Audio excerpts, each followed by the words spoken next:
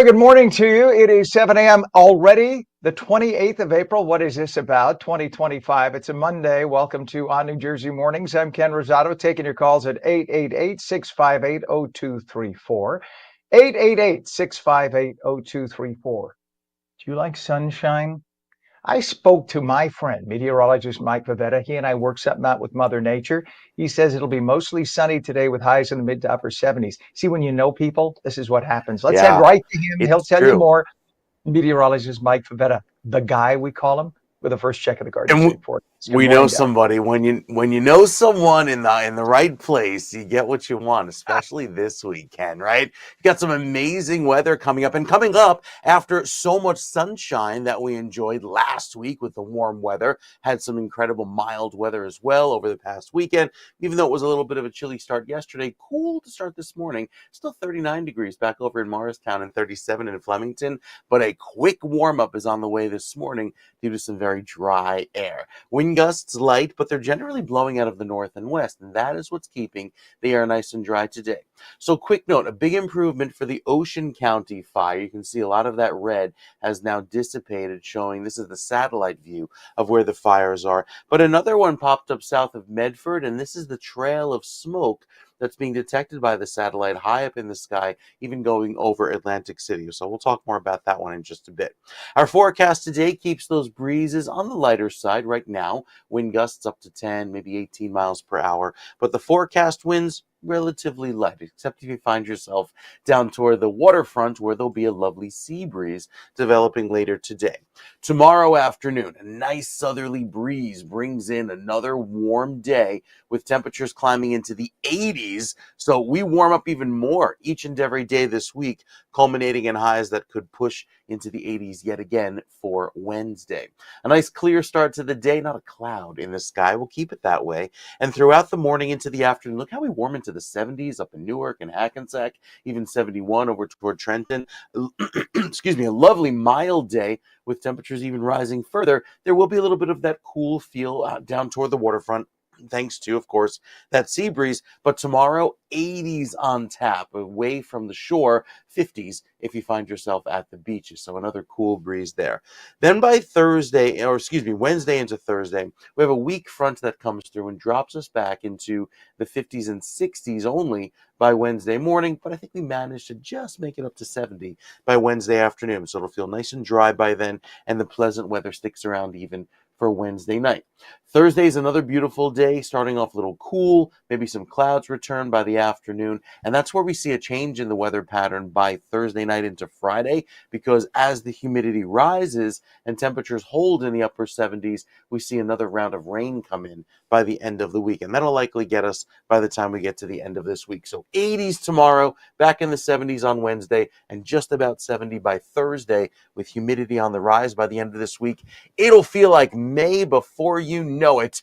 And before you know it, May will be here. So we'll talk more about that and take a look at the full 7-day forecast, Ken. It's coming up just days away. Thursday, May 1st. You know Can you what's believe it? funny? I like it when it coincides like that. When it feels like May and it Mm-hmm. actually is May. Because if it felt like Yeah, May and it was January, not so good. true. All right, meteorologist Mike Favetta. We had a good weekend, bud, by the way. Nice to see you. Thank you very much. Let's take a look at our traffic. Let's take up our first traffic cam if we could, Pam. This is always a good way to start off the day and go, ugh. Well, actually, that's not as bad as I thought it was going to be.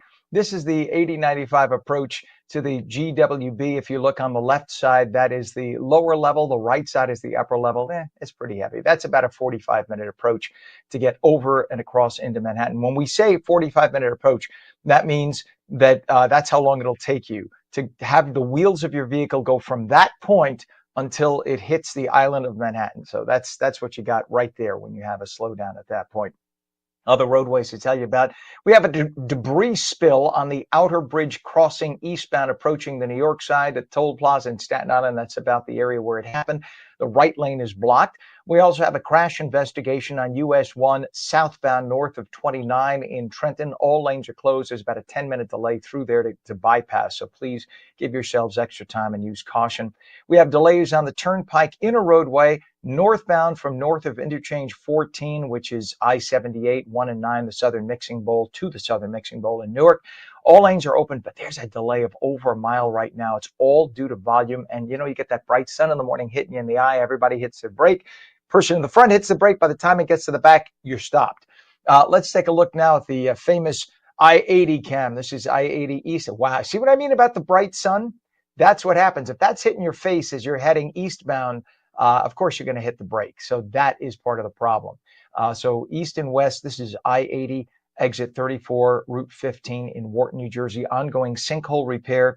It's going to be another few weeks before anything is open. It's going to be 1 to 2 lanes open westbound first, then a few weeks later, 1 to 2 lanes open eastbound. And we're talking July before that roadway is what we would call as normal. It is 7:06, 48 degrees now on your Monday. And this morning, an inspiring story of a young visionary making waves in her community. Sia M., a dedicated Girl Scouts cadet, is celebrating another milestone in her mission to spark a love for reading among young travelers. She recently inaugurated her second airport lending library at Newark Liberty International Airport's Terminal C, following the success of her first library at Terminal A. This expansion in partnership with United Airlines showcases the growing impact of Sia's vision to make books accessible to kids on the go. We're joined by Sia herself to share more about this incredible journey. Sia, welcome to the show. Thanks for coming in this morning. Thanks for having me. You're a cadet, which means you've been a Girl Scout for a few years now to get to that status. How long have you been a Girl Scout, and what did you enjoy most about the journey to this point? So I've been a Girl Scout since kindergarten, so maybe about 6 years. And I enjoy Girl Scouts so much. It just gave me the skills to like speak and have good speaking skills. Before I used to be so scared of speaking in front of big audiences, but Girl Scouts really gave me the skills to do all this. Clearly, you could be a news anchor. I mean, you have a flawless voice with perfect diction. So I am now clutching my chest because I'm worried about my job. Congratulations on opening. Yeah, I mean, there's something to be said about clearly you must have had great parenting who got you to read, between parents and teachers who got you to read early. And something tells me you're a voracious reader. I'm just guessing that. Am I right? Yes. Yeah. There you go. I could tell by the diction and the use and the choice of certain words. That intelligence comes across. And congratulations on opening the second airport lending library. Tell us what inspired you to start the project and what it feels like to see this growing now in Terminal C. So, what inspired me to do the whole lending library was so I was on a trip to Alaska in maybe 2020 or 2021. And I was like, I saw a library in the Alaskan airport, and I'm like, oh my God, we can definitely have this here. So then when I got back from my trip, maybe like a month after, I'm like, we still needed a library in our airport. So I decided to go on the Port Authority website and just email a lot of people. And then eventually one person replied, and that's kind of how we got started. So it makes so much sense. If you think about it, you get stuck in an airport, especially like Alaska is notorious because that's a connecting airport. Anchorage connects to the entire world. In fact, I think it's one of the busiest airports on the planet. So you get stuck there because of a snowstorm or ice. You could be there a day and you can only watch so much TV. So the fact that there's a library there makes so much sense. So the fact that you did the same thing at Newark, because Newark is notorious, depending on the winds, for getting people stuck for half a day. Anyone who flies through Newark like me, and you did, you could be stuck there for a day. And the idea that there's a library there to read a book, you'd be stuck there. You might as well enjoy yourself. It's brilliant. So the first library at Terminal A was obviously a huge success. That's the new terminal. How did the partnership with United come about for the second location? And what does their support mean to you? Walk us through the what young travelers are going to experience when they visit the new lending library too at Terminal C, Gate 104. So I'm throwing two questions at you at once. I just want to make sure we get them both in. So my partnership with United was absolutely amazing. They were such a great team, and they really helped bring that dream to Terminal C as well, just like Terminal A. It was so amazing how the library came out, and the event we had when we opened it up, I was like, oh my God, this is so amazing. It's just like Terminal A. That's amazing. And it's and A is cool because it's the new terminal, if you will. That's a cool new terminal with the new terminal smell. The old Terminal A, if you will, years ago was just a dump. I lived through that. So this is beautiful that we have this now in Newark. We could be proud of it because the airport was looking a little run down. And let's even go back a little bit. Explain what a Girl Scout cadet is versus say, if I just say I'm a Girl Scout. Well, if I say I'm a Girl Scout, we may have issues. But if we just say I'm a Girl Scout versus a Girl Scout cadet, tell me what is a cadet?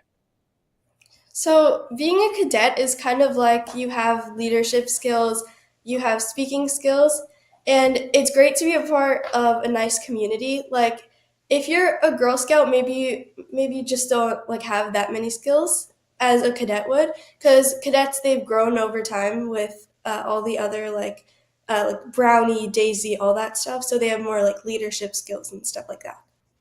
Is that a kind of equivalent to what the Scouts USA on the male equivalent, I put in air quotes, when they have an Eagle Scout? Is a cadet basically the same thing on the Girl Scout side?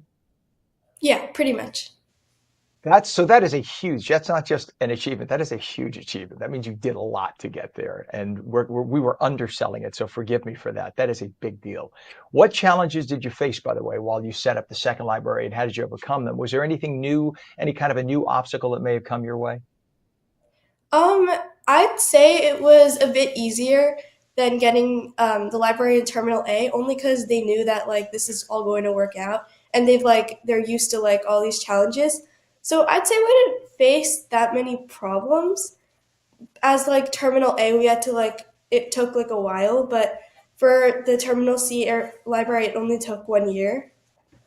Okay. Plus, by this point, they knew who you were, so they could trust you, and they realized that you knew exactly what you were doing, and you could get this done, and there were no issues. That's amazing.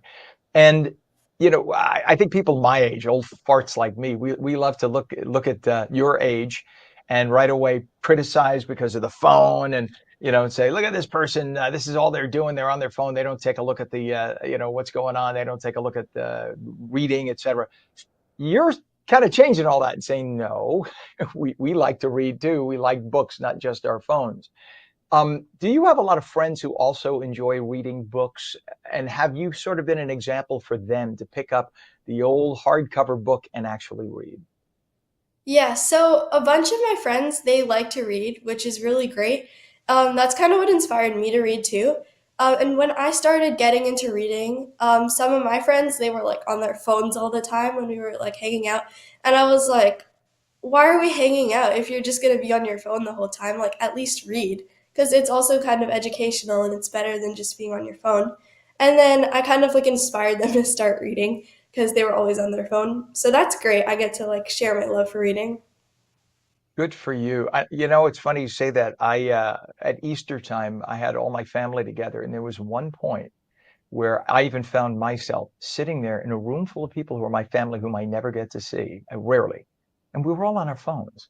And I literally looked up and said, will you all let's all just put down the darn phone. This is silly. Why, right? Why gather in one place? We could be on our phones in separate places communicating. Why are we all together on our phones talking to somebody else? Put down the phones. And it shows the importance of being present. And being present says a lot. What is next for your lending library project? Do you have any plans to expand to more terminals or even other airports? Yeah, so my plans to expand to other airports in America. So we're still working with United, so we're probably going to expand to more states and maybe San Francisco, LAX, we'll have to see. And then obviously we want to get the library in Terminal B too. So Well, that's pretty darn big. And finally, if you could pick one book to recommend to young travelers visiting your library, what would it be and why? it would definitely be Save Me a Seat by Sarah Weeks and Yita Baradarahan.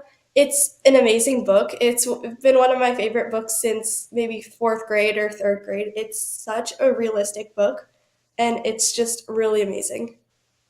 Well, I'm going to go check it out myself. I was going to say I was going to download it, but you know what? I just moved to a new town in northern New Jersey, and I have not gone into the new library there yet. So I'm going to make that my point today to actually go to a physical library and get the book out because I want to read it. Save me a seat. I'm not forgetting that. I can't thank you enough. Girl Scout Cadet Sia M.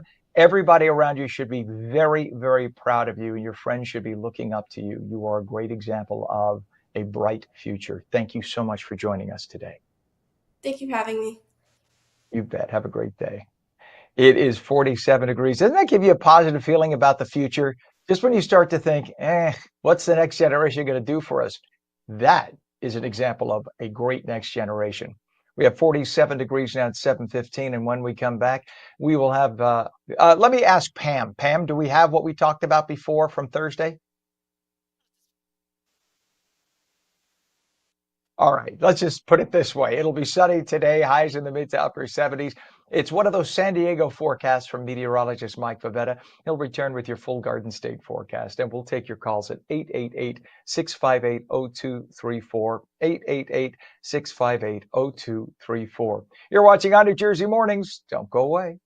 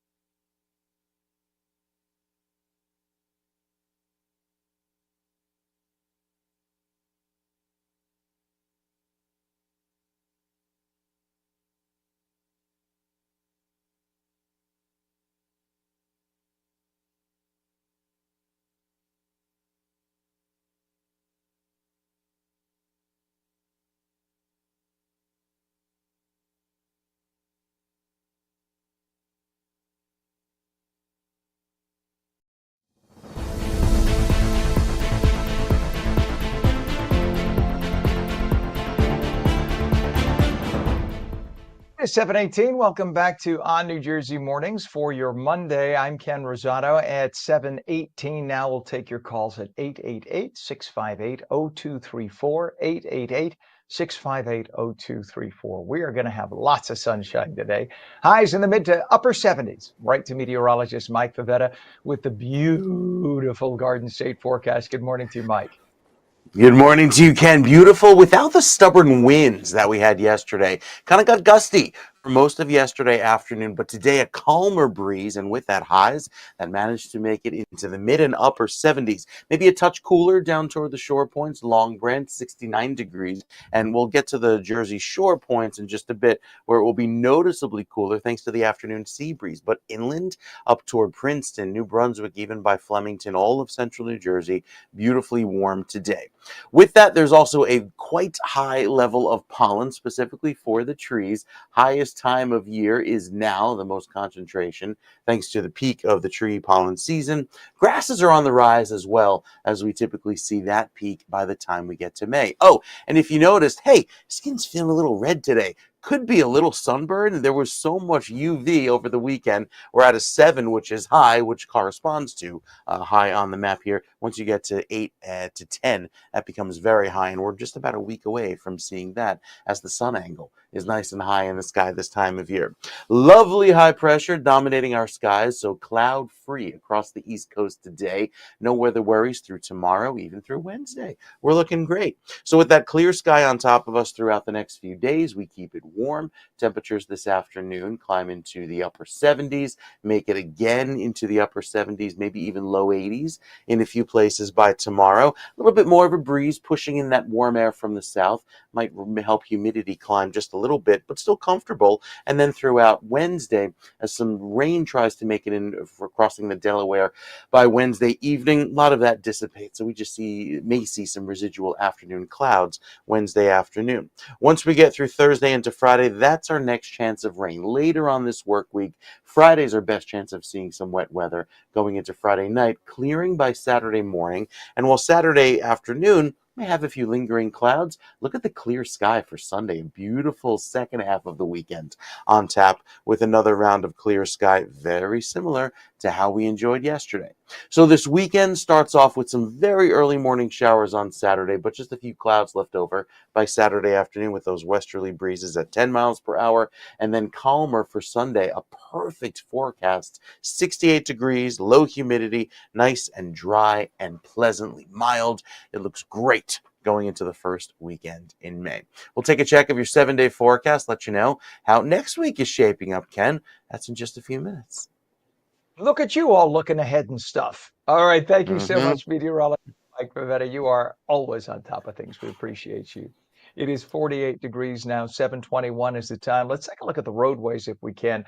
We have, of course, this approach to the GWB, upper and lower level, the lower level on the left, the upper level on the right. And you can see quite a bit of delays at this hour. So when you have that kind of a delay heading eastbound, well, of course, they're driving into the sun. So that doesn't help because they get the glare.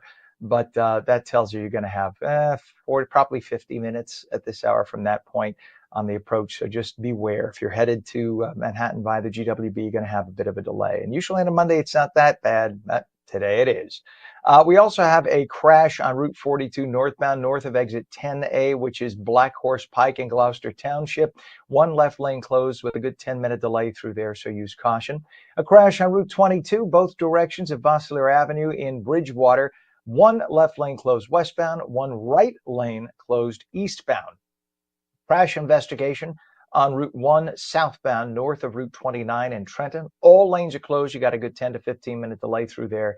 And we still have that ongoing I-80 emergency sinkhole repair. That's east and west at exit 34, Route 15 in Wharton. You could see the bright sunshine. That's not helping matters in terms of sun glare. Lots of people just crawling along there, getting off by 80, getting onto Route 15 to try to make that daily trek. And that usually gives you about a 30 to 45-minute additional delay as you're trying to make your way into work or school on your weekday morning. Just an absolute mess.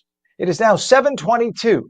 Time for politics from Trenton, explained like no one else can do it. Here's New Jersey Globe editor David Wildstein with your Inside Edge. Good morning, everybody. Good morning, Garnett. Welcome to the Inside Edge. It's Monday, April 28th. During his 24 years in the United States Senate, Clifford Case dealt with Star Ledger reporters. He accepted the newspaper's endorsement, but privately, he just hated them. And that's because they had falsely accused his younger sister of being a communist. About 2.5 weeks before the 1954 Senate race, the Star Ledger, known back then as the Newark Star Ledger, reported that the former leader of the American Communist Party had accused Case's sister, Adelaide Case, of being an active member of the party. October 14th, the Star Ledger runs a 6-column headline and it included a big beaming photo of Joe McCarthy, who had said that he supported all Republican candidates for U.S. Senate, except for Case, who supported his removal from the committee chairmanship. Case accused the Star Ledger of engaging in gutter politics. He said, "Smear me if you can, leave my sister alone." The Ledger commissioned a poll of the Senate race within a week, and it gave the Democratic nominee, Congressman Charles Howell, a 12-point lead. But as it turned out, the Ledger was a little careless in its fact gathering. And that was an era when the state's largest newspaper was much better than that. They accepted the description of Case's sister, from the Communist Party leader, Bella Dowd, but it turned out it didn't match Case's sister. She was talking about a different Adelaide case, an older and deceased woman who had been a college professor in New York. Case's sister, Adelaide, was a dance teacher in Boston. She didn't been involved in liberal groups, but there's no evidence that she was a communist. And the news stories put Case's sister, who had a nervous disorder, in the hospital. Case wound up eking out a 3,370 vote lead and beat Howell by 0.2 of a percentage point. Never forgave the Star Ledger. And I'll leave everybody with this. The last gubernatorial debates are on May 18th for the Democrats and May 20th for the Republicans. If a candidate has a grievance with their opponent, they should state it before the debate or say it face to face at the debate. If they think that they can hold their opposition research back until the debate is over, well, that's going to be an extraordinarily tough sell, maybe impossible, to convince the New Jersey Globe to run with it. That's all I have for today. Have a great week, everybody, and I'll be back tomorrow. Thank you very, very much, David Wildstein. 726. Pope Francis was laid to rest Saturday following his death at the age of 88, with nearly 500,000 mourners gathered in Vatican City to bid his final farewell. The ceremony broke with Vatican tradition, as Francis had requested a simpler funeral with a single wooden coffin rather than the elaborate 3-coffin system used for previous pontiffs. They put the body into one coffin, put that into a second, put that into a third, which is basically a crypt. That's not what he wanted, though. He wanted it simple. Addressing the crowds during the service, Cardinal Giovanni Battista Re said Pope Francis's final image will forever be him greeting worshipers despite severe health struggles on Easter Sunday just 8 days ago. Among the 170 international delegations attending were President Trump and his delegation, Ukraine's President Volodymyr Zelensky, UK Prime Minister Sir Keir Starmer, France's President Emmanuel Macron, and Prince William. 727, police have arrested 11 men whom they say are behind a string of car thefts in New Jersey. Officials say the 11 broke into homes and stole expensive cars from West Caldwell, Edison, and several other communities.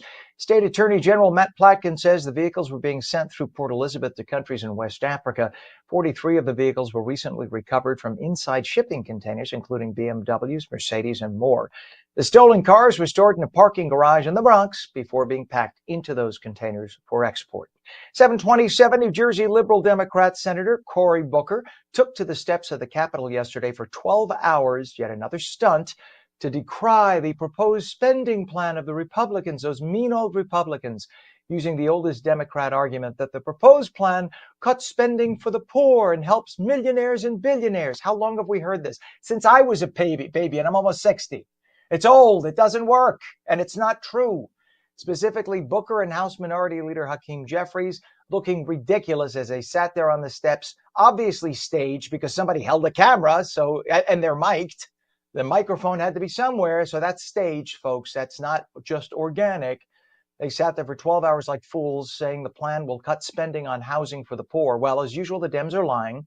What the proposed plan does is it cuts the previously proposed increase in spending and housing for the poor. So it was going to go up by 6%. It's still going up, but by 3 to 4%. It is not going down. But that's what Democrats always tell you about Republicans. Mean Republicans cutting spending. They're not. They're cutting the rate of increase. The funny thing is, with inflation down under President Trump, by having a 4% increase, that's still greater than the increase in inflation. So those organizations, those charities, those programs are actually getting a boost above inflation. They're actually benefiting. But that's not what you can hear from Democrats. Idiots like that, and he is an idiot by sitting there for 12 hours, idiots like that want to be president. He's trying to get your attention. Don't fall for it. In other words, spending again on housing will go up for the poor, only not by as much as it was originally proposed. By the way, if people like Hakeem Jeffries and Senator Cory Booker would just stop interfering with Elon Musk's Doge cuts, like the nonsense about cockroaches on treadmills, if we took that money, we could spend lots of extra money on housing for the poor. But every time Doge tries to cut nonsensical spending, people like that keep trying to stop the president and Elon Musk every step of the way. You need the money, so stop the nonsense spending, folks, and we could actually have our cake and eat it too. So there you go. It is now 48 degrees at 7:30. When we come back, the Jones Road Pine Barrens fire was a reminder that we're not in charge of everything. But what could we have done to have better prevented such a tragedy? And our phone lines are open. We'll take your calls at 888-658-0234. 888-658-0234. Beautiful sunshine today, highs mid to upper 70s. The full Garden State forecast with meteorologist Mike Favetta in just a moment. You'll watch.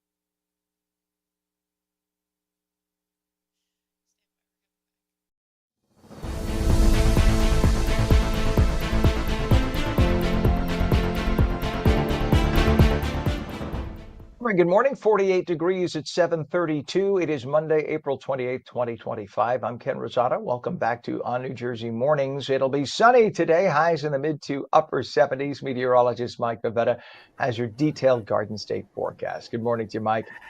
Hey, Ken, we've got a beautiful day today, very pretty weather. After a few storms rocked New Jersey late Saturday evening, the thunder, the lightning, even a tornado warning in parts of the area. Well, that is now past, and we're left with a spring-like feel with warmer weather this afternoon. 80s on the way for tomorrow. We'll make it to the 70s today, but can't discount those 80s. Even going into the end of the week, it's a little bit cooler, but more humidity works in, thanks to some rain arriving by the time we get to Friday. So each and every day this week, you'll notice it get a little bit warmer and warmer, with the exception at the beaches. See, with the sea breeze that sets up today, high only climbs to 66 in Atlantic City, 67 toward Avalon, and 75 back over in Glassboro, and 76 in Camden. So much warmer the further away you head from the shore today, with that lovely amount of heating. We're still far from the record of 94 degrees set back in 1990, but with the sunrise nice and early now, before 6 a.m. that sunrise, and soon by the end of next week, we will have sunsets after 8 p.m. So nice long daylight hours. With the clear sky across New Jersey today, looks beautiful, nice and clear. But again, rain by the time we get to Thursday into Friday, those chances go up. So we're dry through Wednesday and Thursday. There's our chance of rain increasing for Friday, and then drying out again for the weekend with a nice clear sky there. There's that fire I was mentioning back over toward Burlington County. You see there by Medford, and some of that smoke is being detected by the satellite going right over the AC Expressway out to Atlantic City. The other fires over in Ocean County have since been contained, mostly with a lot of the, at least the satellite reading, showing that has improved quite a bit. Air quality is nice and good today, with these numbers at or below the 50 mark, which is great, and they stay that way. And with the clear sky around this afternoon, it'll look great. Tomorrow, a little bit more of a southerly breeze. You'll notice the breeze pick up by the afternoon. That also aids in our warm-up. And then with a weak front passing through on Friday, I don't think it rains. Likely just see some extra clouds in our skies. We will have another round of cool weather by Wednesday. Thursday into Friday has a warm front move in, so could be some more clouds and the rain chances increase by the end of this week. But otherwise, we're looking good for the end of April. It's been a relatively dry April, and who's complaining about highs like these in the low 80s for Tuesday, Wednesday? Ken is right. These are San Diego highs through the end of this week. By the time we get to Thursday and Friday, that's our next chance of rain coming up, but still Saturday and Sunday looking very pleasant with some early morning showers ending Saturday morning, clearing for the afternoon, and then Sunday just looks downright beautiful with temperatures starting in the upper 40s and low 50s, climbing into the low 70s. A touch cooler by the shore points, more clouds for you on Wednesday into Thursday, and then clearing by Friday and the weekend as well, looking fantastic. So really pleasant weather to enjoy, whether you find yourself up in the hills of northern New Jersey or down toward the beaches. We've got a great forecast this weekend. Or if you happen to find yourself in San Diego, good morning, San Diego. My favorite, every news anchor's favorite movie on the planet. Mike Gravett. Absolutely. Anyway. All right. I did, by the way, has everyone asked you, being in the business as long as you have, have you at some point gotten everybody asking you, is that your favorite movie? I mean, yeah, but there's always the references that you can only make to your news friends because it's such a cult classic, you know? So, yeah, other people have seen the movie casually, but then you forget about it and it becomes, kind of a one-hit thing. But, you make the cannonball reference that when Will Ferrell jumps into the pool and all these little things that, yeah, it sticks with you, I think.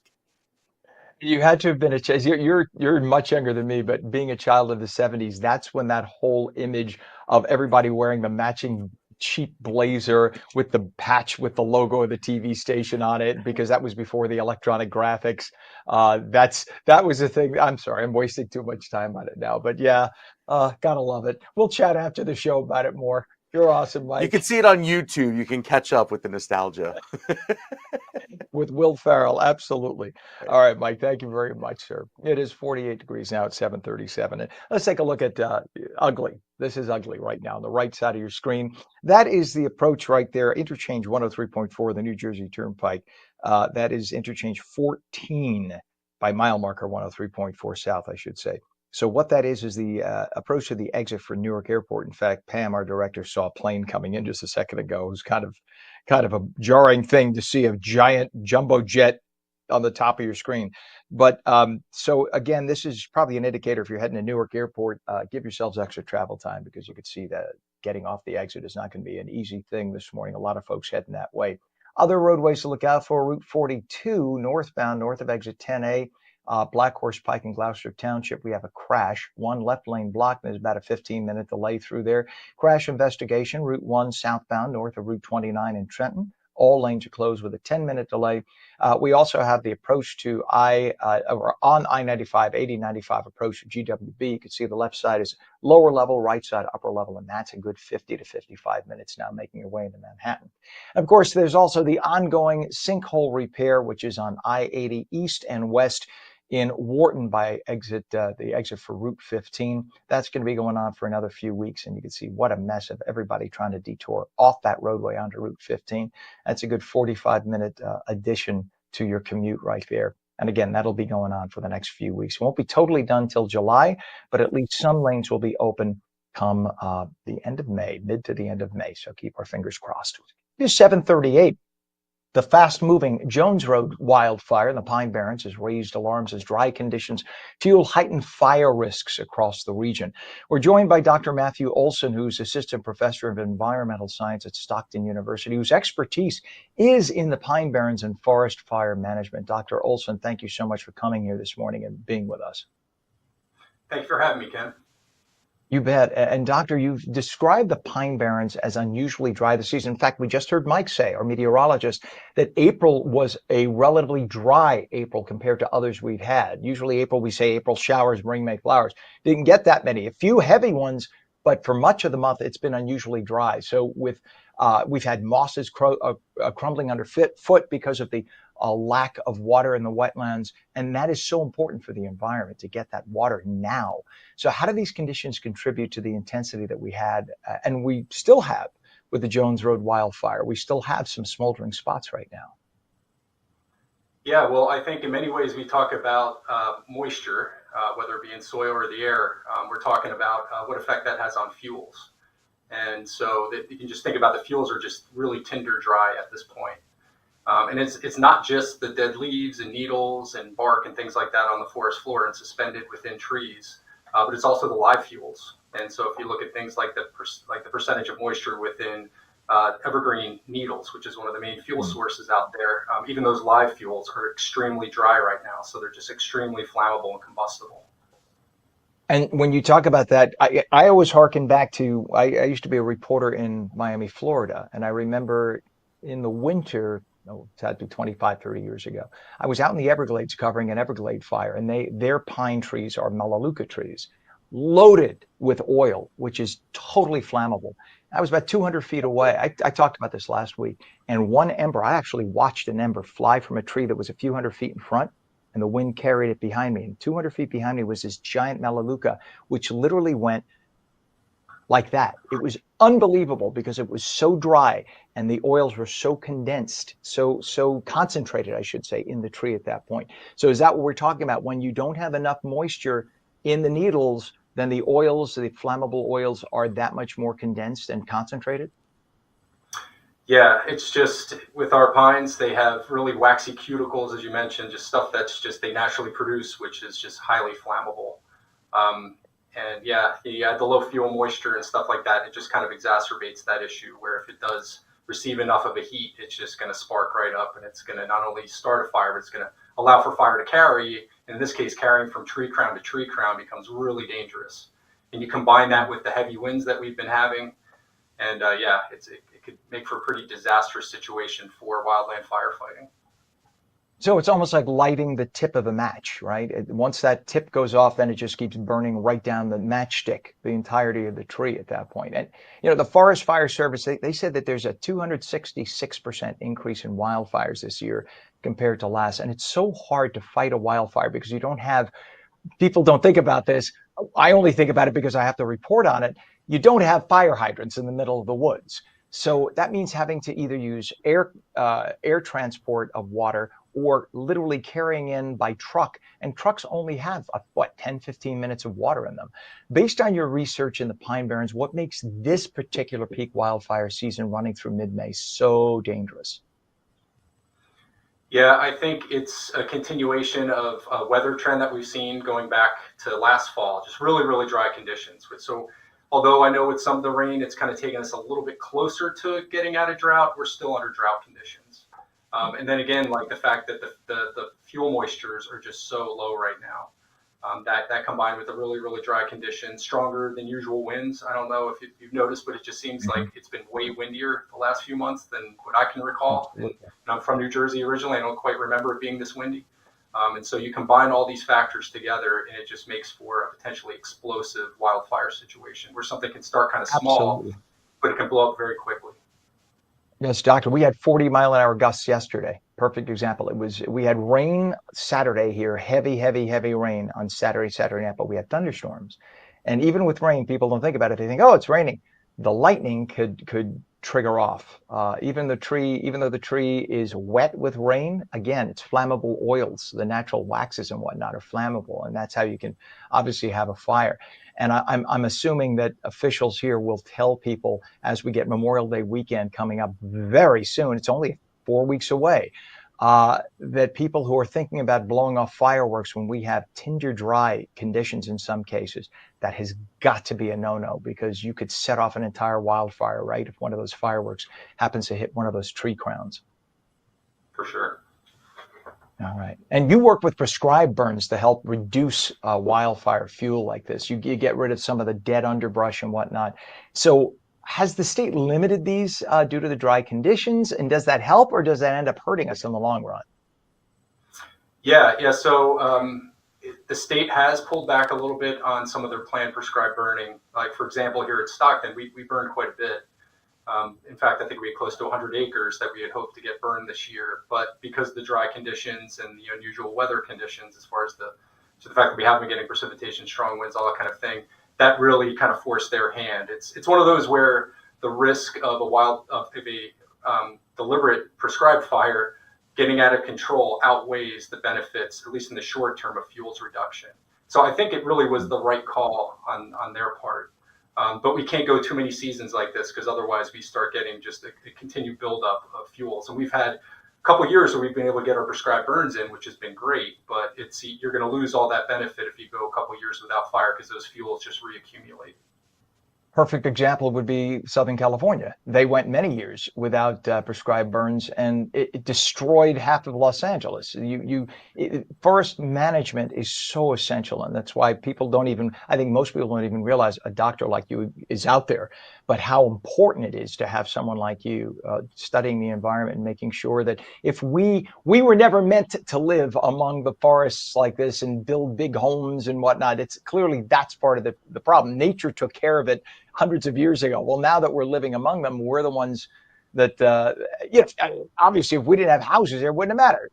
If they burn, then, that's it. Not the houses, but the forest. Obviously, we now live among areas that, because we're kind of causing some of the challenges, we have to live with the challenges that are the outcome. And given the ongoing drought, and this is the third driest January on record that we just had a couple of months ago, what do you see as a long-term outlook? Do you think that now you said this year we didn't do the prescribed burns, and that was a good call. Should we do more burns or larger swaths, et cetera, between communities where we have structures and forests? What is the role in managing forests for next year and this point forward? Yeah, I think at this point, we can't assume that we're going to get the rain to get us out of this drought. You just assume we're going to get the rain eventually, but we don't know when we're going to get it. We don't know if it's really going to do what we want it to do in terms of getting us into a position to start burning again more. So if anything, I think it kind of highlights the importance of opening up the toolbox, not just relying solely on prescribed fire, but I think we need to think about using other methods of fuel reduction, which would include deliberately thinning our forest using silvicultural methods, mechanical thinning of that nature, and then just really, again, just using as many of the tools in the toolbox that we have at our disposal. And there's plenty of research that suggests that could work. Maybe not as effectively as prescribed fiber. It's not going to quite replicate all of its ecological effects, but still, we should be deploying as much as we can.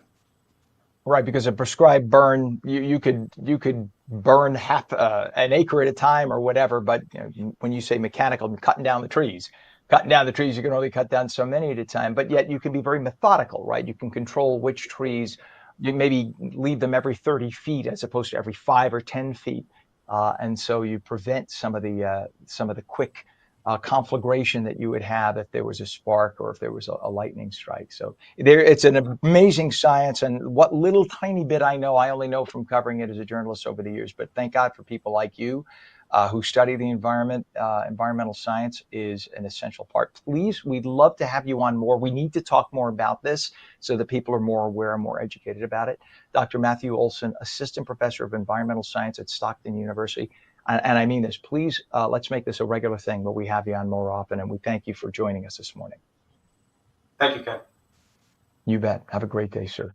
It is 7:48 and 48 degrees. It'll be sunny today, highs in the mid to upper 70s. Meteorologist Mike Favetta returns with your full Garden State forecast as we take your calls at 888-658-0234. You're watching on New Jersey Mornings. Don't go away.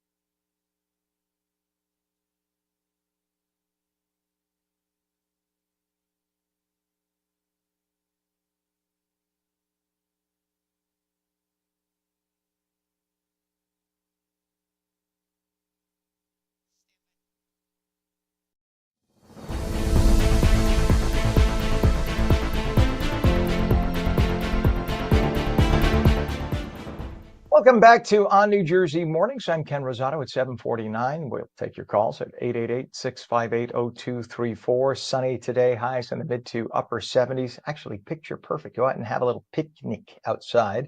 Right to meteorologist Mike Favetta with the Garden State forecast. Mike, did some of the rains we have over the weekend knock down some of the pollen at least? It did, but temporarily. So it helped to kind of rinse the sidewalks and streets and rinse it off the cars. But it'll be back today in a big way, especially with the warmer weather that comes in.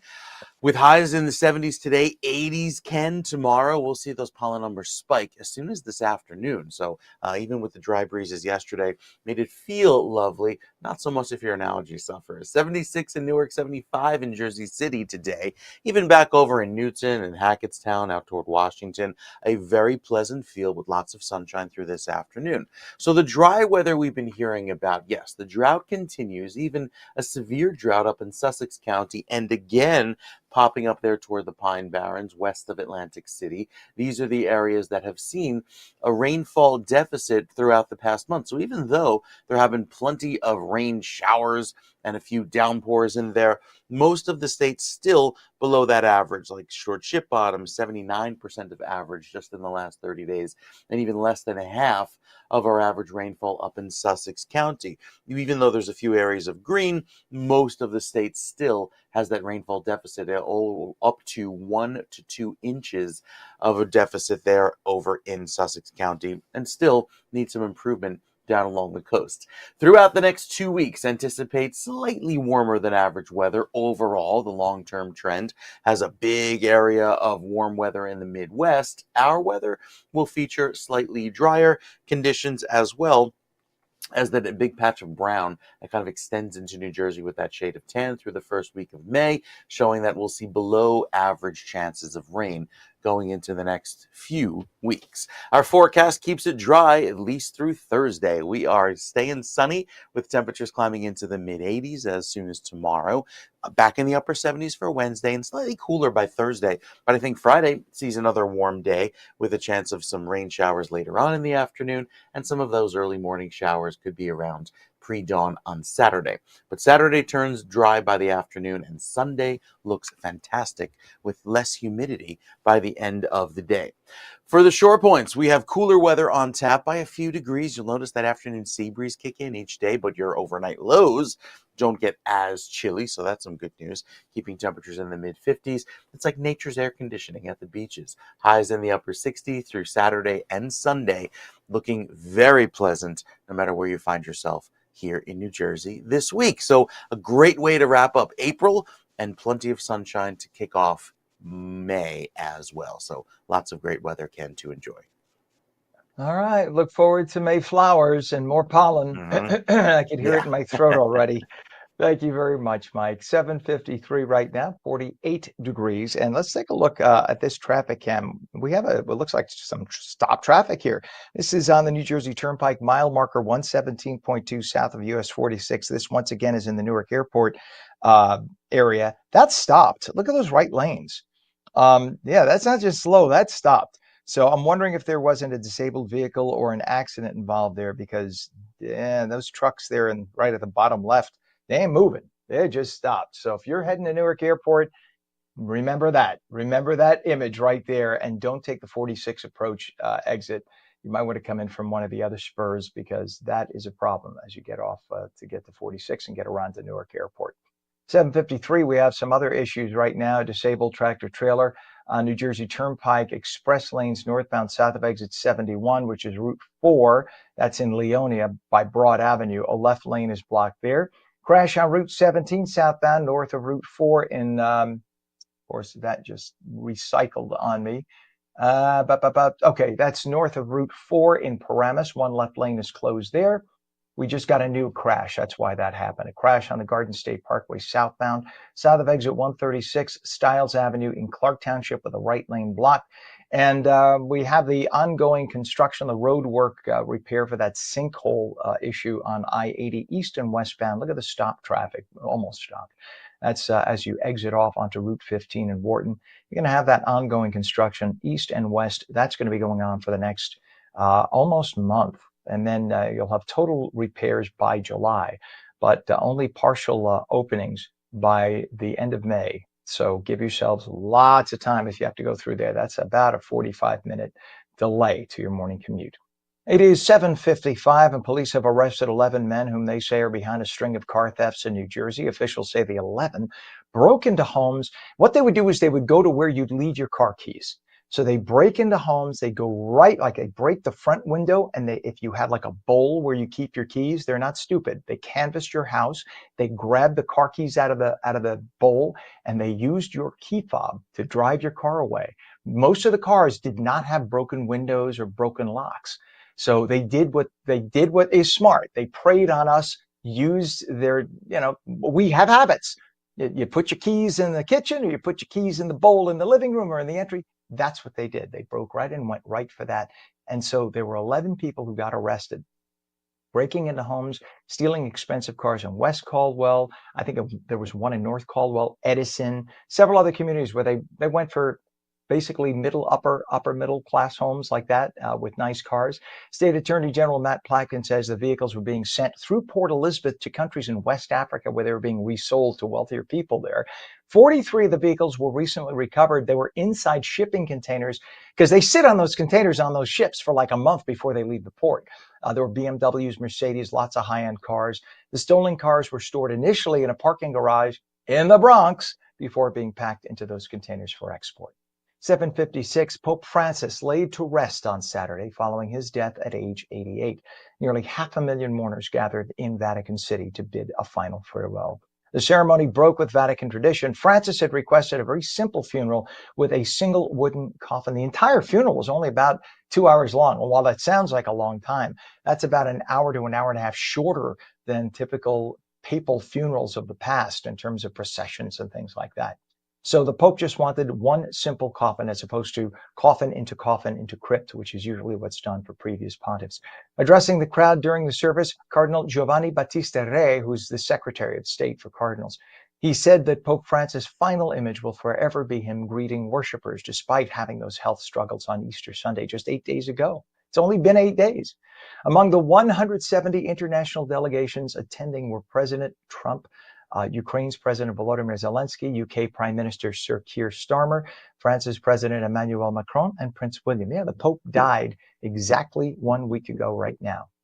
It is 7:57. New Jersey's Liberal Democrat Senator Cory Booker took to the steps of the Capitol yesterday for 12 hours to decry the proposed Republican spending plan, using the oldest Democratic argument that the proposed plan cuts spending for the poor and helps billionaires.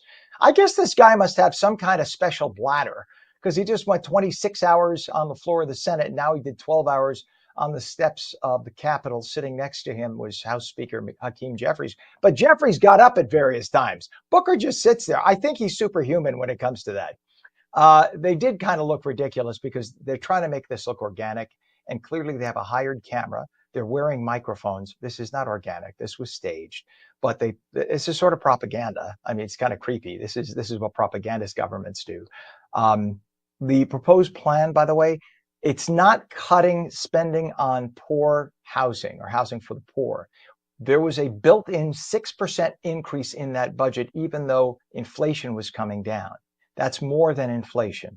What this does is cuts the increased spending. Instead of by 6%, it will now go up, but by 4%, which is more in line to what the current inflation rate is under Trump. So it's not spending cuts for the poor. This is just going more in line with inflation. So we're not spending above and beyond where we should be. And by the way, much of the spending for that housing went to illegal migrants who will be shipped out. So we will not need as much housing for the poor as we did in previous years. We are $30 trillion in debt, folks. We got to get that money from somewhere.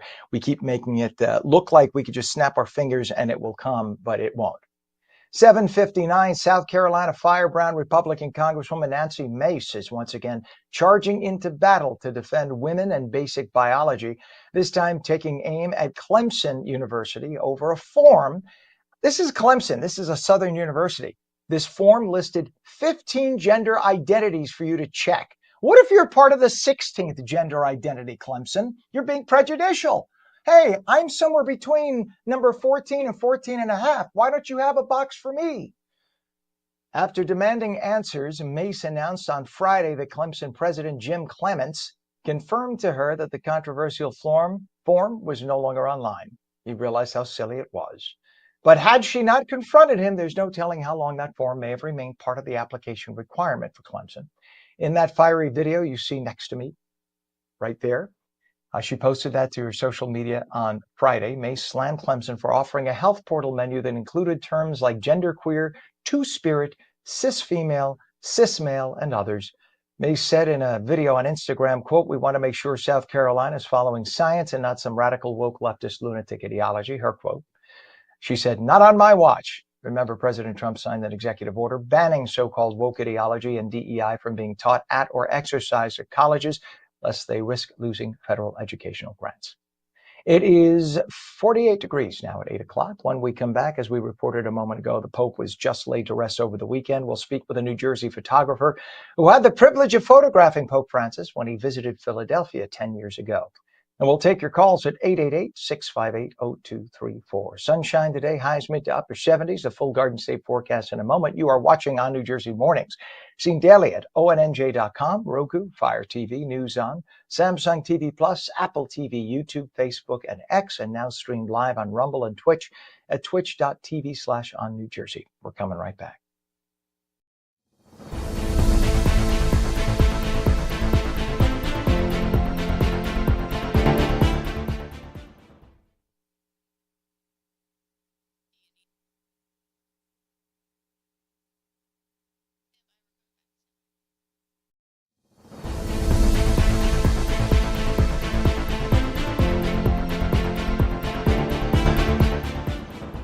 Good morning. It's 8:01, Monday, April 28th, 2025. Welcome back to On New Jersey Mornings. I'm Ken Rosato, taking calls at 888-658-0234. It'll be sunny today, highs in the mid to upper 70s. We head to meteorologist Mike Favetta with a check of the Garden State forecast. Good morning, Mike. Ken, you're going to love these temperatures. How last hour at 7 a.m. we showed you 39 degrees as your wake-up temperature over in Morristown and Flemington. Now, just in the last 60 minutes, we've warmed 11 degrees, getting up to 50 over in Flemington, 54 in Morristown, and we're going to break 60 degrees this hour in Newark. So temperatures quickly warming thanks to that sunrise happening earlier and earlier now before 6 a.m. So with plenty of clear sky today and just a little bit of a light breeze out of the north and west, it looks beautiful. Still have a few fires down in southern New Jersey, especially this one over toward sections of Salem County, right on the border there with Burlington County. And with that, some of the smoke heading out to sea. We'll talk more about that in just a bit. Wind gusts up to 15 miles per hour today, but generally speaking, they'll be light as compared to tomorrow when those winds become a little gustier from the south, similar to yesterday, blowing in a milder breeze with a gust of 31 miles per hour tomorrow afternoon over on LBI. You will feel that sea breeze by the end of the day, but places like Newark and Hackensack will help you reach temperatures in the mid-80s tomorrow afternoon. So helping it warm up very nicely by the end of the day. A westerly breeze on Wednesday makes it feel very pleasant and keeps that heat around with all the sunshine as well. So the cloud picture showing nothing but sunshine through this afternoon, helping us to warm into the 70s as soon as noon there in northeastern New Jersey and back over toward the Trenton and Flemington, and staying very pleasant throughout the end of the day. Tonight turns a little bit cooler. Not as chilly as this morning, but we'll manage to make it back into the 40s in spots, and then 80s on tap by tomorrow afternoon with a pleasant level of sunshine. Notice a little bit cooler there along the coast, even down toward Cape May, only 59 is your high. By the end of the day tomorrow, turns a little bit cooler, and then there's the threat of a few passing clouds. I think the showers dissipate. That's a weak front that'll dry us out even more, but helps us to make it into the 70s again by the middle of the week. Thursday, beautiful finish to the day with some extra clouds, but overall staying dry. There's the chance of a sprinkle as some of the wet weather comes in by Friday, and this kind of leads to a cloudier finish to the week. And with that, maybe some extra chances of rain by Friday. We'll talk more about that in a bit as we head into the weekends. But overall, the next few days, at least through Thursday, we are dry with highs beating expectations, make it into the 80s, Ken, tomorrow afternoon. Beautiful week ahead. We like beating expectations. And by the way, when I do my temperature, just for the record, I live in the woods in Morris County. So my temperature is always going to be a little cooler when you get into Morristown, which is not that far away. It's only about 10 minutes from me. But Morristown, of course, has concrete because, right, it's more of an urban center. Mm-hmm. So Morristown's A little always bit. going to be warmer. So whereas it's 52 or 54 in Morristown, now it's 48. And again, I'm only a few miles away, but I do have a good thermometer in the shade. I always keep my thermometer in the shade. So we Very got it good. set. I listen. I listen to you. All right, Mike, thank you so much. We appreciate you, buddy. It is 48 degrees in the woods where I am in northern New Jersey. Let's take a look at this awful looking mile marker 117.2 south of US 46 New Jersey Turnpike. This is really getting uglier. And where is this? This is near Newark Airport. So originally it was just the right lane, then the right and center lane. Now look, 3 of the 4 lanes are crawling. And I don't know what's going on. I'm guessing either the parking lots are full and people are trying to figure out where to go, or there's an accident or disabled vehicle.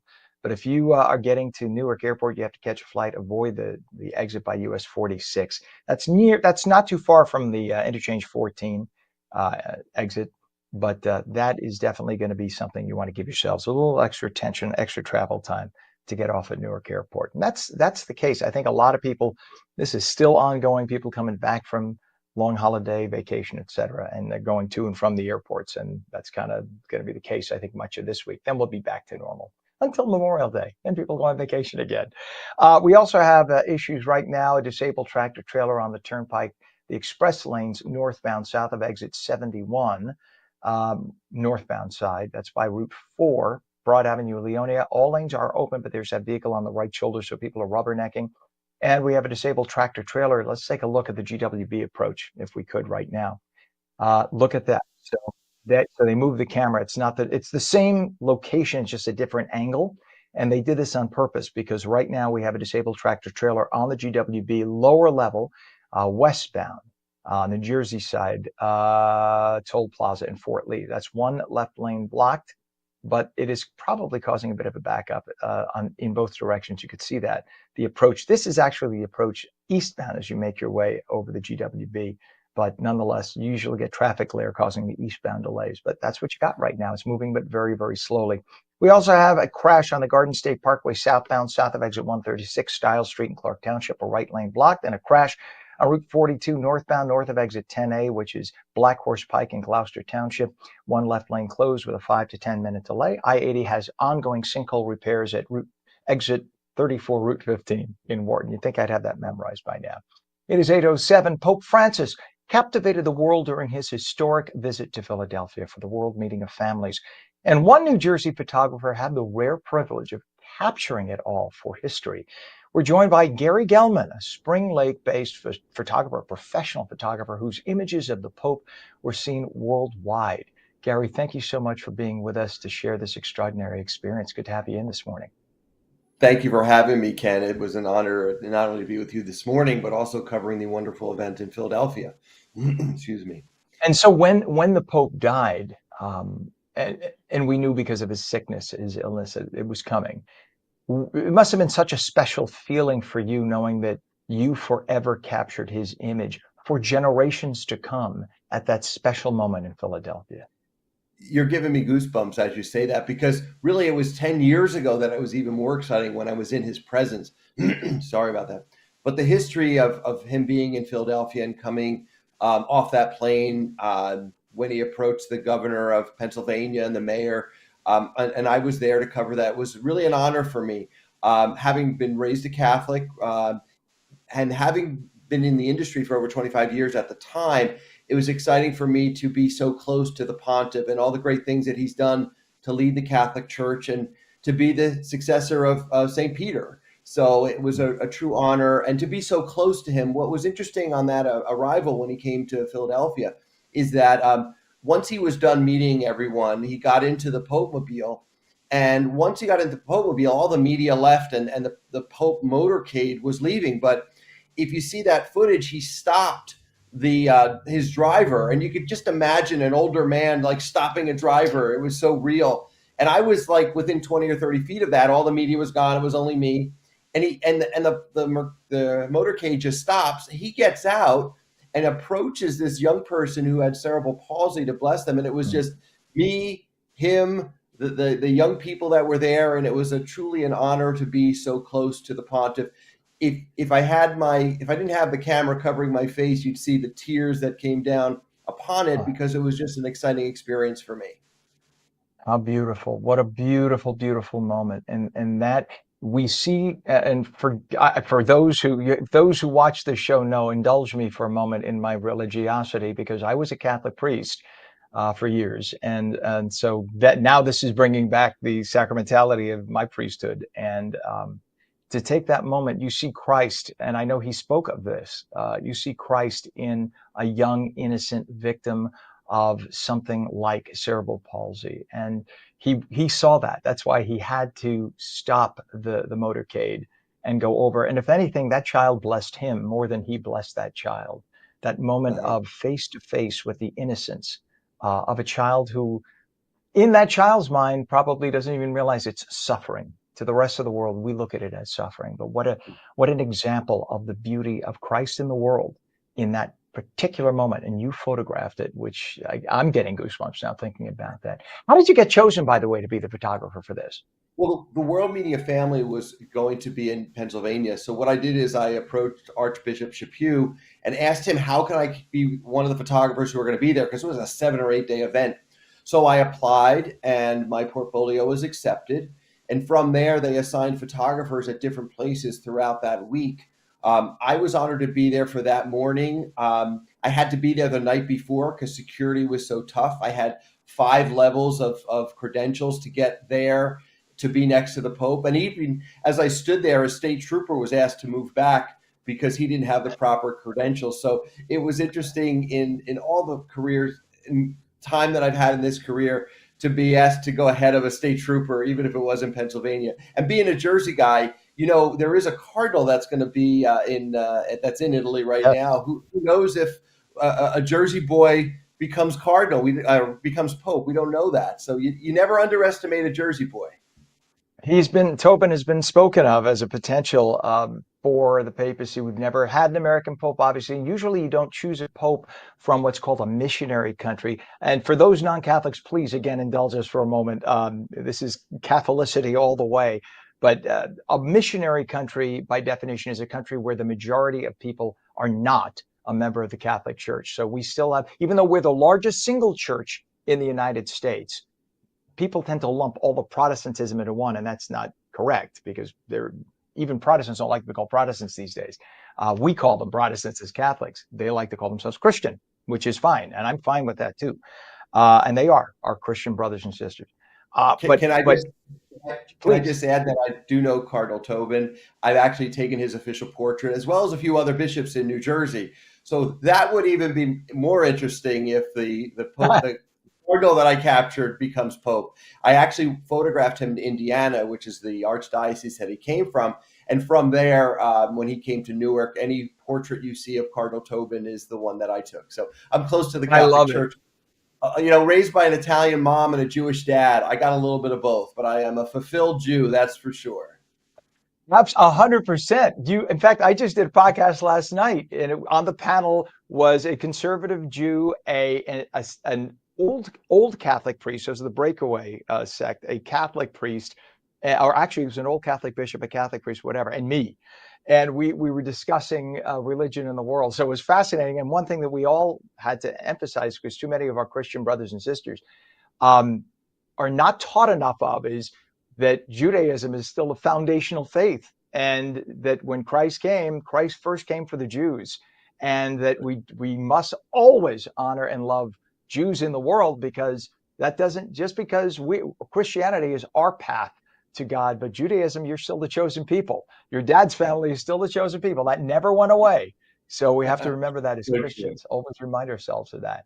So with all the global media, the government leaders relying on the images you took, the pressure must have been immense. So how did you manage having that much stress of capturing a once in a lifetime image or images of His Holiness? What's interesting is when I do any other shoot, I always have an assistant, because you just never know when you're going to need that help. But I wasn't allowed to have an assistant this time, because it was only me. There was few credentials given out to individuals like myself. So 2 cameras on each side. I knew that the images that we're going to capture were going to be used in their publication of the World Meeting of Families. And it was just take as many images as I can, move around as best as I can. They really gave me carte blanche as to where I could be. And knowing that I was there early enough and a part of the crew, they gave me a lot of flexibility there. I got yelled at by the Swiss Guard actually before the plane landed because I was trying to situate photos of the CEO of Comcast and the mayor of Philadelphia and the governor, because probably one of the few times they're all together.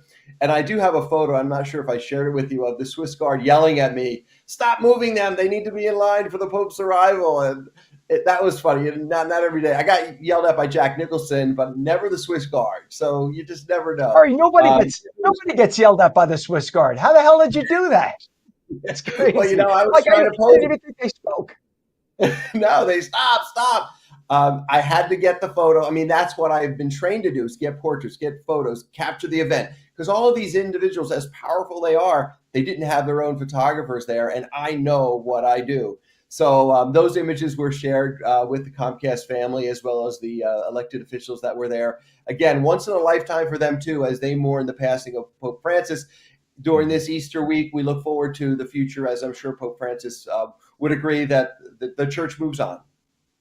Absolutely. And as we have with over 200 popes, the popes are human, and we call them pontiff. The word pontiff means bridge, right, from pons pontis in Latin, and that's what the pope is, a bridge functioning as St. Peter in the seat of Peter. And that was, the pope, or the first pope to whom Christ handed the keys to heaven and earth.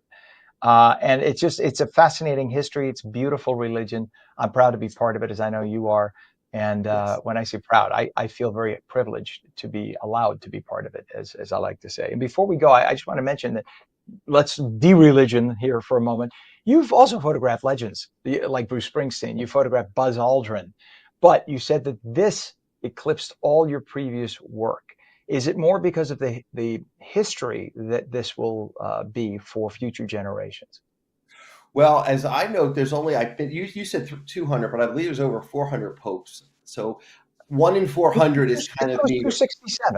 I'm sorry, I thought it was 260. Forgive me. I'll double check that. I could be wrong. Okay. I'll double check as we speak. Go ahead. Okay, you check it out. I'll answer the question.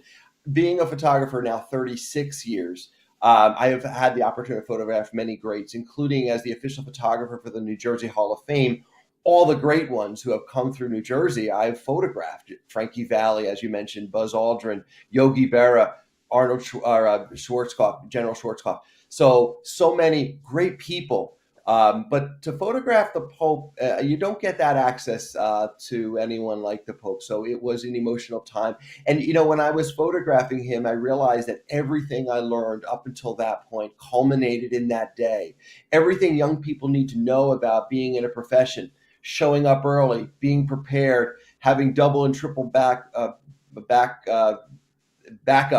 right. Being kind, being generous, being emotional, being connected, knowing who you're photographing. Everything that I did that morning, I learned over the 25 years prior to that.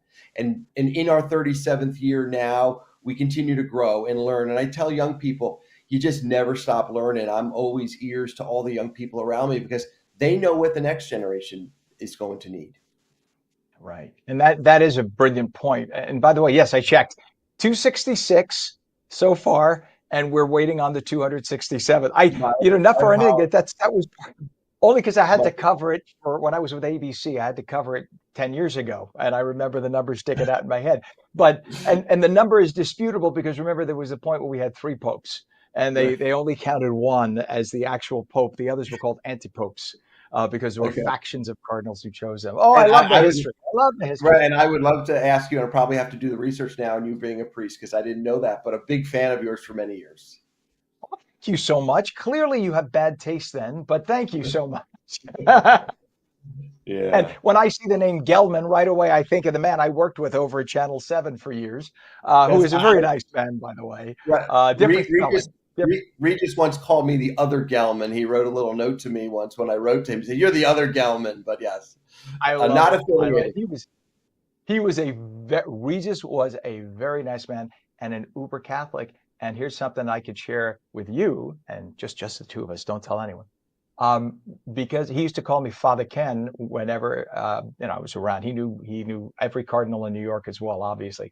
But because I was in the building, anytime he had a special moment, he would ask me. He would confess with me. He would ask me for an anointing, etc., and ask me for communion. So I used to be his personal confessor, etc. When he went in for heart surgery, I was 5 minutes away from anchoring the noon news, and somebody came running down from his staff and said, "You got to come upstairs." And what? You got to come upstairs. And I looked at Laurie Stokes, my co-anchor. I said, "Excuse me." And they had to prepare to do the news solo. I run upstairs and he said, "I'm going in for heart surgery. You need to anoint me." So I quickly gave him an anointing and I gave him an absolute. I didn't even hear confession. I gave him an absolution. I said, "You're going to be fine, Reg." Went downstairs. And by the way, I went to Regis High School for whom he was named. His dad Oh, was the first really? graduating member of the class of 19 whatever. And that's how he got the name. But we had a special relationship. We'll talk about that another time. It is so great to talk to you, Gary. How can people see more of your work? What's your website? GelmanImages.com is a great way to see some of our work, and Who we're on all else? the socials, Instagram. I'm sorry? Who else? I wanted to make sure people Yeah, spell two it with L's. two Yeah, L's. two L's, one N. GelmanImages.com. All the socials as well: Instagram, Facebook, LinkedIn. Yes. You're awesome. Please come back again. I want to show some of your stuff. We could do a whole show on you. Just it's fascinating the people you've talked to, the people you photograph. And while everybody has one of these, they're taking pictures. You are artistically photographing. There's a big difference. It's like anyone could sit and talk on a microphone, but there are certain people who do it professionally. You are the professional, and your work is just amazing for history. So, Gary And Gelman, thank you thank for you your for work. joining. Well, thank you. It's an honor. It really is. It's great to have you on. Have a great day, Gary. You too. Thanks.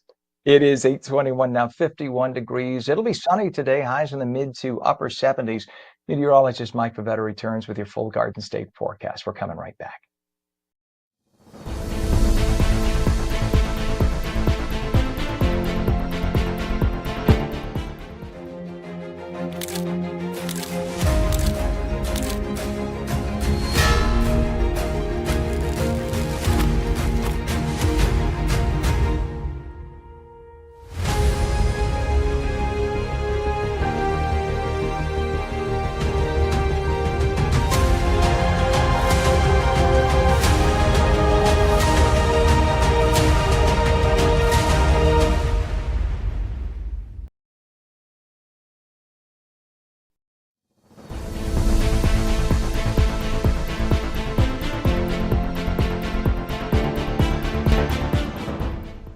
Welcome back to ONNJ Jersey Mornings. I'm Ken Rosato at 8:22, taking calls at 888-658-0234. Lots of sun today, mid to upper 70s. Meteorologist Mike Favetta has a darn right purty Garden State forecast. Mike, if I had your report card, I'd put a gold star on the upper right side. Oh, thanks so much. I was the generation where you get the check plus or the check plus plus, like that was the thing, you know? Yeah, but it's a solid 10 today. The forecast is a solid 10, especially into this afternoon. You will want to enjoy that stroll, maybe along the beach and boardwalk, preferably before noon, because when that sea breeze kicks in, temperature is going to drop like a rock in Point Pleasant. 72 will feel more like 52 after the sea breeze kicks in by 3 and 4 o'clock. So keep that in mind, especially on a day like today. Inland stays nice and warm all afternoon, upper to mid 70s, but I think our highs tomorrow will beat these temperatures by at least 5 degrees, maybe 6 or 7. We'll make it into the 80s through the end of the day. Still need to keep the allergy medicine close at hand if you are an allergy sufferer. Tree pollen back to the high level today. Weeds are on the low side, but it's the grasses which tend to rise throughout the end of April into early May. And the sunscreen, pretty important too, because the UV index today is back at a 7 with the clear sky around. You can burn in less than a half hour. All of the clear sky throughout this afternoon will make for a lovely finish to the day. Any of these clouds stay well off to our west, so the high pressure is in control, and that keeps our weather running fair through this afternoon. We're nice and dry, and we stay clear into tonight. Now, tomorrow, with a bit more of a breeze, it pushes in milder weather, climbing into the low 80s by the end of the day tomorrow. That'll feel very pleasant. And then for Wednesday, another round of pleasant weather with highs that climb into the upper 70s. Now, through Thursday, it's a little bit cooler. There'll be some extra clouds around, but the humidity rises. With that, a chance of some rain off to our north, and then the chance of some thunderstorms comes in by Thursday night into Friday. And you see those coming in here with these widely scattered thunderstorms that take over for the end of the day, maybe spilling over into Saturday morning's forecast. The good news is Sunday looks beautiful, clear sky all around, and it stays clear into Monday, and maybe some clouds return by Tuesday of next week. So overall, we're looking good, and we stay clear this weekend with some early morning sprinkles on Saturday, clears up by the afternoon, 70 as the high, and we'll keep it sunny for Sunday with a lovely northwesterly wind, a touch cooler at 68. It's like weather perfection all around this week. Great weather to enjoy. If there was ever a time to get the car washed, if the rain didn't do it the other night, to kind of clear the pollen away and start fresh, today and tomorrow. Great day to do it because you get the best bang for your buck with nice clear sky around for the next several days. At least you don't have as much pollen the second you wash your car, encrusting the car with yellow like I did the other day. I had it washed on Thursday or Friday. It was decent out. And literally an hour later, you could write your Yes. name like Lava May in Spanish. You washed I me on thought the it back was a of the car. joke when I slammed the car door shut and it sheeted off of the window and the side panel of the car. I'm like, oh my gosh, this is like one of those videos you see online that go viral. But here we are in New Jersey with the ridiculous Yep. levels of pollen. And my eyes have just been, forget it. I take the nasal stuff, the one of those Flonase or whatever to prevent the sneezing, but my eyes, you can even see they're puffy, even still, because I think pollen got in the house. So I got to go outside or open the windows and get some fresh air today. All right, meteorologist Mike Favetta, thank you so much, sir. We appreciate you as always. It is 51 degrees now at 8:26, and we do have a lot of traffic to talk about. This is New Jersey Turnpike, mile marker 119.9, north of exit 69. Look at that traffic, the line of vehicles in the middle of your screen. Don't look at the exit ramp. Look at the middle of your screen, those trucks going left to right. That is headed into Newark, and you can see it's just bumper to bumper. And I'm going to throw Pam a curveball right now. Pam, I know you need to come back on camera first to do this, but if you could take the next shot, which is the next one down, mile marker 120. 0.00 northbound 95 express, if you can. If you can't, that's okay. But it's again mile marker 120.00 northbound 95 express. Take a look at this. I know Pam will bring it. There it is. Isn't that ugly? That is ugly. So what you're looking at there is another shot of what you just saw. This is the shot from the tower cam from behind. Those are the trucks you saw going left to right. That's now looking at them going into Newark. So this is the problem. I don't know what's going on. I don't know what's going on there today. We'll try to find out, but it is not a good thing. And this is what people are encountering throughout much of the area. If you're trying to get into Newark for the airport or just because you work in Newark, they're encountering this issue throughout the area.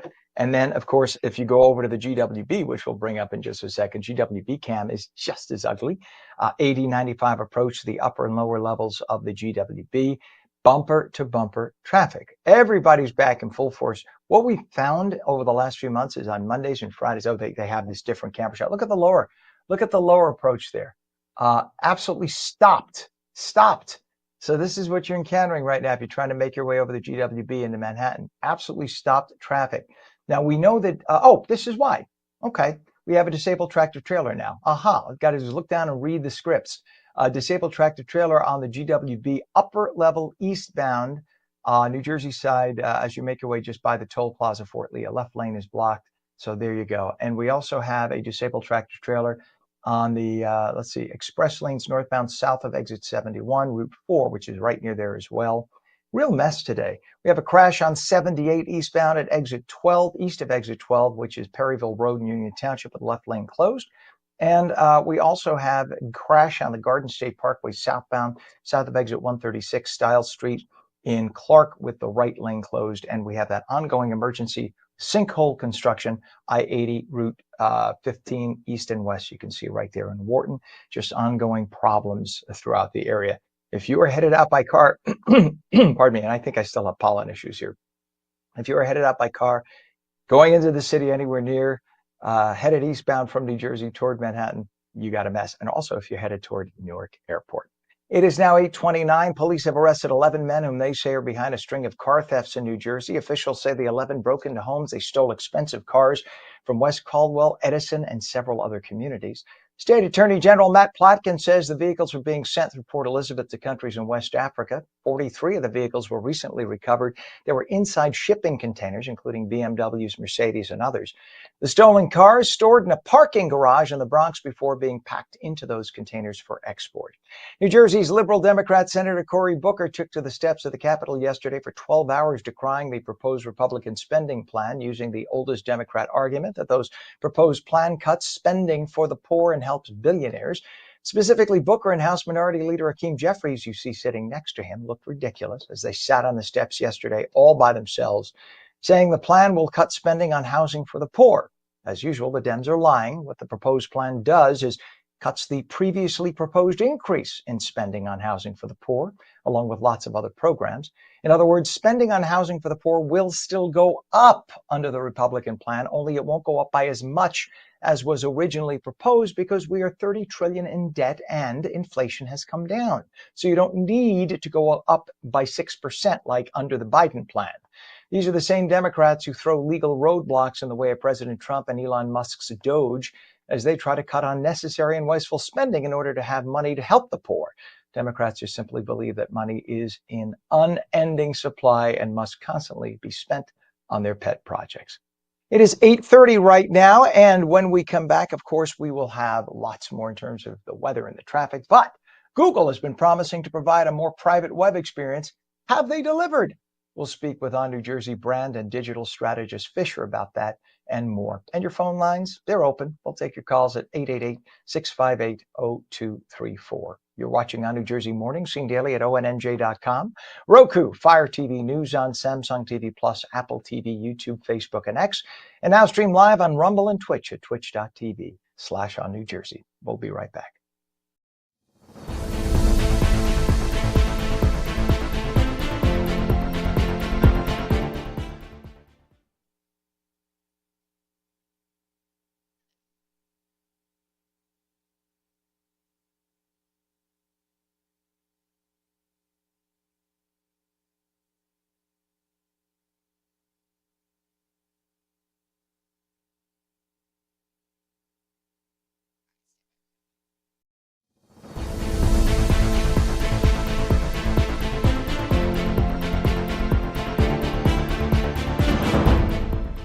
Good morning. It is Monday, April 28th, 2025, 51 degrees in north central New Jersey. It is 8:32. I'm Ken Rosato. Welcome back to On New Jersey Mornings. Sunshine today, highs in the mid to upper 70s. Perfect spring day. Meteorologist Mike Favetta with the detailed Garden State forecast. Welcome to San Diego, Mike. Yeah, looking beautiful, but you get the nice Jersey attitude to go along with it. So none of that, those And the crazy best damn Californian. cheesesteaks. We beat Philadelphia. I'm sorry. We beat Philadelphia. Please. I'm sorry for stepping on you. We do a lot of things right here. It's okay. It's all right.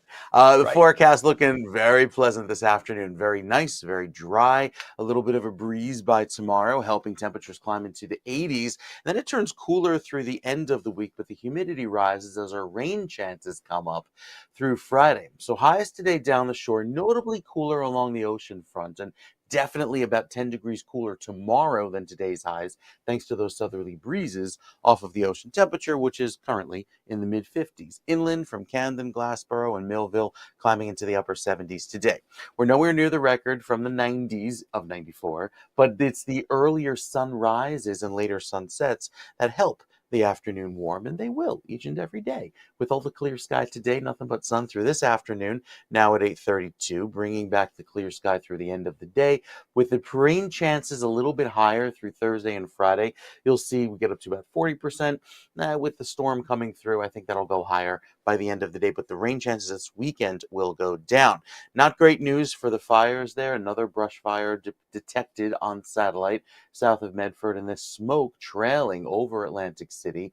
The fire in Ocean County starting to see some of those areas be contained, but it's the air quality which stays improved today, Anytime that number is below 50 in the forecast, we like that, keeping our skies nice and clear and the air very healthy. Well, with the clear sky lasting through tomorrow, a little bit of a breeze pushing in by the end of the day, clouds arrive into Wednesday morning with a weak front. I don't think it rains. I think it's simply too dry. And that front passes through dry through Thursday with another round of warmer weather that takes over. There's the warm front pushing in more humidity through Friday. And then that's how we get our rain for Friday evening into Saturday. The 7-day forecast has a little bit more of the rain come in for the end of the day Friday, but by then we will have enjoyed a week's worth of temperatures above average with the pleasant weather and sunshine, and temperatures each afternoon climbing above average. It's Saturday and Sunday that cools off into the upper 60s and low 70s, and with that pleasant weather sticking around into next week, it looks great even as well. So the shore points turn a little bit cooler through each afternoon, specifically with that sea breeze tomorrow. I think Wednesday and Thursday bring back a little bit of a milder feel with the rain on Friday, clearing for Saturday and Sunday. Overall, looks great. No big weather worries, and we'll keep things dry going into next week, although it doesn't exactly help the drought. We'll talk more about those drought scenarios and how much rain we've received so far during the month of April, which is typically a wet month. The answer, not much. Details coming up in our next weather update. All right, thank you so much, Mike. And Pam, our director, is my witness. Let's take the camera shot anyway, Pam. 130. This is Garden State Parkway, southbound, mile marker 136.8 by exit 136. You see the left side that's moving perfectly. Pam, you can't hear Pam. Maybe I could put my earpiece to my microphone. How bad was that 30 seconds ago, Pam? That was really bad. There were lights and cops everywhere. There were about 5 police cars, tow truck, flatbed, okay, lights everywhere, and bumper to bumper traffic. And it is now just flowing perfectly. It's 30 seconds, 30 seconds. And I said to Pam, watch, in 30 seconds, that's going to totally clear. And it did. But that's a good thing. I'm glad it cleared. Now people are moving perfectly. Let's take a look also, or talk about it at least. We have a disabled tractor trailer on the New Jersey Turnpike I-95 express lanes northbound.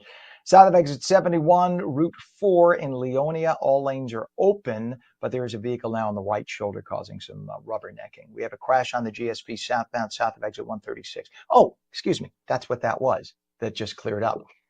We also have delays on I-280 westbound from the Stickle Drawbridge to exit 14E, which is King Street in Newark. About a 5 to 10 minute travel time through there, just volume. And of course, the ongoing construction on I-80 east and west. That's through exit 34, Route 15 in Wharton, with the ongoing sinkhole repair, and that's going to be the case for the next few weeks at least. It is 8:36. For years, Google has been promising a more private web experience, but are they going to keep their promise? And the MTA says they're planning on making your New York City transit experience more convenient. But how? To answer these questions and more this morning is brand and digital strategist Fisher, who can be found on X, Threads, and Instagram with username @Fisher, and through his website, fisher.media. Good morning to you, Fisher. Fisher, you did traffic at one point years ago, right? I did. Yes, I did, on Long Island. Yep. Did that happen to you where you see that the perfect shot with tons of traffic, and then the second you go to it, it's all cleared up? Yeah, I used to fly in the chopper as well, and then you'd line the shot up perfectly. They'd say you're coming back in 30 seconds, and as soon as you come back, right before that shot, they're gone. They're cleared out. I mean, that's a good thing. It's a testament to the emergency response at how fast they could get things cleared. But we need some things on TV. We're trying to do a live show here, cops. What are you That's right. doing? No, but it is amazing. I said to Pam, I said, this is too good, quote unquote, good in terms of video, not good in terms of the poor people in traffic. I said, I guarantee in 30 seconds that'll be gone. And I jinxed it. So there we go. Well, anyway, I'm glad they're not. That's how I talk about the Mets. Don't even get me on my Mets last night. And then what is going on? You jinxed it. I told you that when you texted me. 7-1, and then you lose. I mean, how does that happen? All right. You texted me and I said, shush. And you're right. Listen. You're right. So now I jinxed 2 things in 12 hours. And I'll just keep my mouth shut. Let's start with Google. In this era of what seems to be constant security hacks, is Google doing anything to give us more security and privacy online? Yes and no. there's parts of this. We'll talk about the cookie parts. And cookies are pieces of data on your website or that a website places on your computer. There's two types of cookies. There's first and third party cookies. First party cookies are the cookies that that the website that you're on place on, right? So Amazon places a first party cookie on your computer, and they're good reasons for it. They keep you logged in when you go. They keep track of your cart if you're, say, on Amazon. And then there are third-party cookies, and third-party cookies are cookies that websites put on their website and on your computer that they don't own, right? So Amazon might put a Meta cookie or a Facebook cookie or an Instagram cookie on your computer, but they're not Meta, right? So that's a third-party cookie. Those cookies are not as good. They're for tracking you. They're for ways of compiling your browsing history. That's how ads follow you. So you're on a certain website, you check out, you're on Nordstrom, you check out a shirt, and then you go to Instagram and that shirt is in an ad on Instagram, yet they were never connected, right? So those are the cookies. Google, for the past couple of years, has promised to do away with third-party cookies in the Chrome browser, and that's important. Google can only control Google, right? So they can only control the Chrome browser. But Chrome obviously is one of the two top browsers, with Safari being the second, Microsoft Edge being a close third. So if Google says we're going to do it on Chrome, why would Safari not do it with Apple, and why would Microsoft not do it with Edge, right? So that would force websites to only use first-party cookies, meaning the data is stored back with the website that you're visiting. We began a transition about 2 years ago that gave a pop-up on your computer. We've seen it on every website we go to. It allows you to opt out, either allow or deny third-party cookies. But Google promised that we were working towards totally doing away with third-party cookie blocking, so there would not even be an option. It would just, you would not get third-party cookies. Now, Google is rolling the whole thing back. And I tell you, the amount of work that websites had to do in order to implement this was huge. I was part of it at a prior company. It was a big deal. Now, websites will no longer be required to offer you a choice to block third-party cookies, and you'll now have to make the choice in your browser settings. And most of you are looking at the TV right now and saying, what are browser settings? Exactly, like you won't have an option to opt out of third-party cookies anymore unless you go into the settings of Chrome, of Safari, of Edge, and specifically say no third-party cookies. But that's good and that's bad, because you could opt out of third-party cookies, but if certain options that run on third-party cookies are part of that, you'll miss out. You'll miss out on opportunities. You'll miss out on content on websites. The whole reason is due to money. By allowing users to block third-party cookies, you can't be tracked. And if you can't be tracked and your browsing history can't be tracked, that's less data on you, less money to websites, and more importantly, to Google. So they're rolling the whole thing back. So congratulations. And the White House, I just want to mention the White House is giving us a live news conference right now. I'm sorry to digress for a second, Fisher, Sure. About the crackdown on migrant criminals. We're going to try to bring that up live and giving Pam a heads up. I'm sending you something, Pam, so if we could bring that up. This is the way we do things live on the air, but you're all used to us at this point. So Pam, look for the email. Okay, getting back to our good friend Fisher here, the MTA plans on making your transit experience in New York City more convenient, finally. How are they moving forward to make riding subways and buses easier? Are they using one of those appy things? Yes, they are using one of those appy things. The MTA, and more specifically Omni, the payment system for the New York City subways and buses, is moving forward with system enhancements. I have been a long proponent of the whole Omni system rollout. I love using my Apple Watch to go through the turnstiles with Express Pay, which means you don't have to touch anything on your watch or your phone. You just tap it and it lets you through.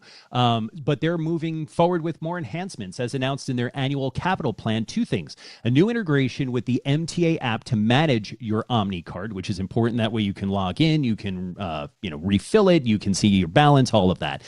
Also, they're going to launch a mobile virtual Omni card for commuters and students in Q4 of this year. The latter part will allow riders to add their Omni card to their Apple or Google Wallet. If you've ever been in DC or lived there, San Francisco, with the Metro or the BART, you can add your Metro card to your Apple wallet or Google wallet, and then it allows you to preload that card and not have a bunch of $2.90 charges. That's the thing. If you don't, if you just use your Apple Watch or your phone, you're just constantly tapping, and then you're just seeing on your credit card statement $2.90, $2.90, $2.90, on and on and on. You also don't get the discounts if you're a monthly user, all of that stuff. So by allowing you to not only load the card on your Apple Watch or your Samsung phone or whatever it is, you will now be able to do that. Plus, you'll be able to manage it all in the MTA Omni app, which is great. And it's time saving. It's helpful. It allows you to preload your card and know exactly how much you have left for the month. If you're budgeting, it's a great enhancement that'll come later this year.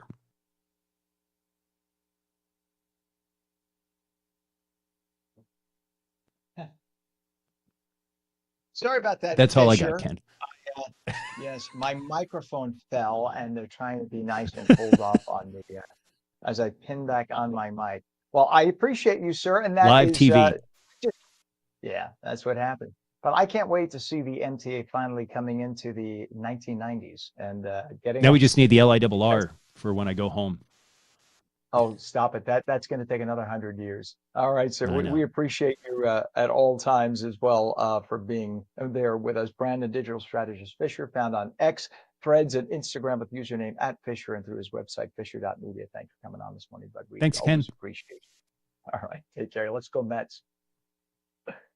Are we able? I'm going to ask Pam live. Are we able to take the White House? Oh, all right. Let's go. This is live at the White House. Tom Homan, who is, of course, the border czar. He is speaking live at the White House about a number of arrests that have just been made. Let's take that live if we can. Lives, because the most vulnerable, the women and children, can't get over that wall, which means they're going to a place where there's not a wall. And what's waiting on them? The men and women of the United States Border Patrol who will take care of those humanitarian needs, the health needs right off the bat. We just went over the numbers, and let me talk about a few numbers that are important to me. Under the Biden administration, we averaged over 11,000 many days, over 12,000, even some days 15,000 illegal entrants in the United States. 15,000. You know what the number was the last 24 hours? 178. 15,000 to 178. Unprecedented success. On an average day in the Biden administration, known gotaways. People we knew crossed the border because they're on video, drone traffic, or sensor traffic. Crossed the border, weren't apprehended, weren't fingerprinted, weren't vetted. Average day under Joe Biden, more than 1,800 gotaways. Yesterday, 38. 38 too many? We'll get that to zero. But we went from 1,800 to 38. And finally, that was said earlier, under the first 100 days, or it was actually January 20th to April 1st, last year, 184,000 illegal aliens were released into the United States. Under this administration, 9. 4 of them were material witnesses in a criminal investigation. We need them here to testify in a serious criminal trial. 4 was extreme medical condition. We couldn't return them because they were in such bad shape. And 1 was a humanitarian issue. This is unprecedented success.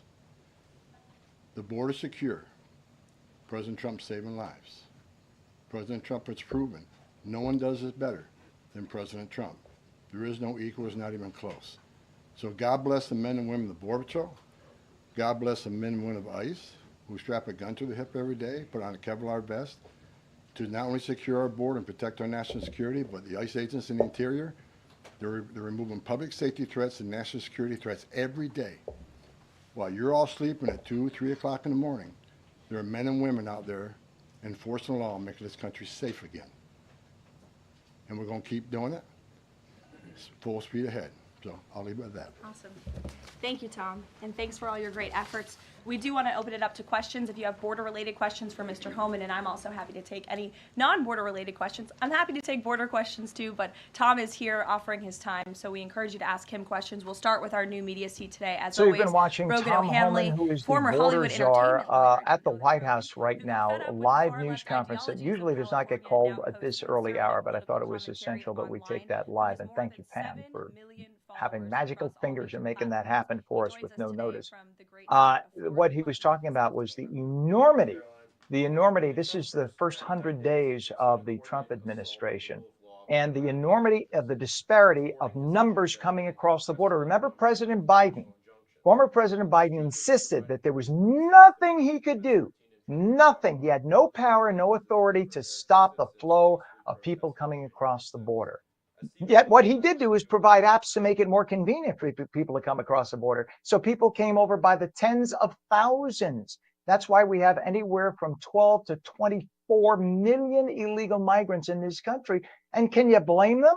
He opened up the gates, Biden did, and said, just come right on in. And every time Secretary Mayorkas appeared before Congress, he lied to the American people, saying the border is closed. We've done everything in our power.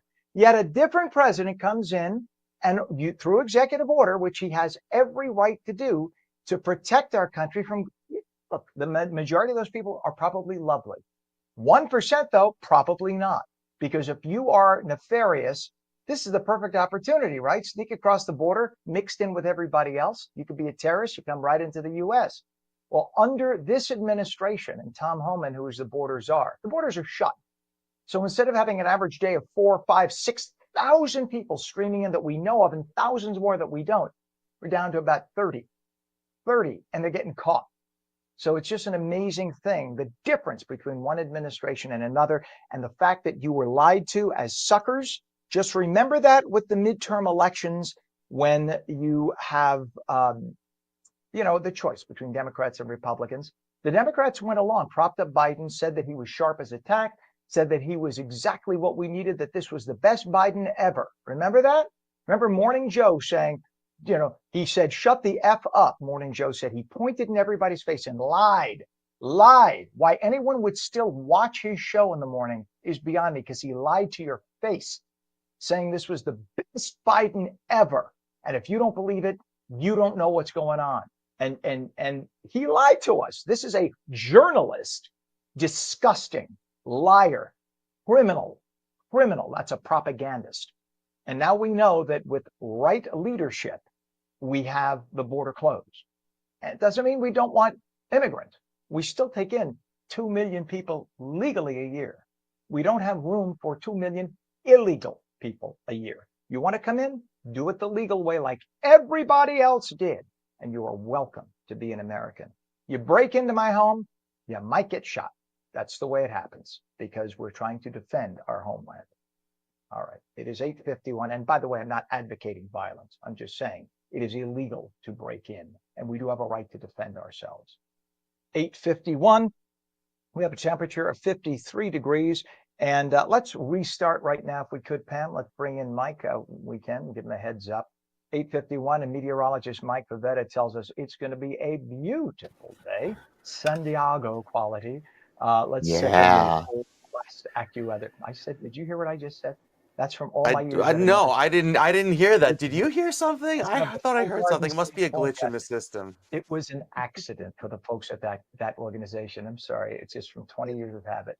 The full Garden State forecast with meteorologist Mike Favetta. The man who gets it right, by the way. Here he is. Good morning. Thank you. Yeah, got plenty of accurate weather here, Ken. That's what you were saying. Got a great forecast ahead with temperatures that climb into the 60s and 70s later today. 76 in Hackensack, 75 in Jersey City. Great way to finish out the day toward Hackensack, Washington, and up toward Newton. With the sunshine that remains, it's another dry day after the rain we had over the weekend, specifically on Saturday evening, but that didn't do much to improve the drought. So we're still in a severe drought in the orange shaded area up north in Sussex County, and then again down over toward Atlantic County, with our dry weather persisting, and we're running below average for most of the state for the month of April, up to 2 inches below average for this past month up in Sussex County. The dry weather continues and kind of moves eastward over the next 2 weeks, so no real benefit there as the warm weather sticks around as well, and we stay relatively dry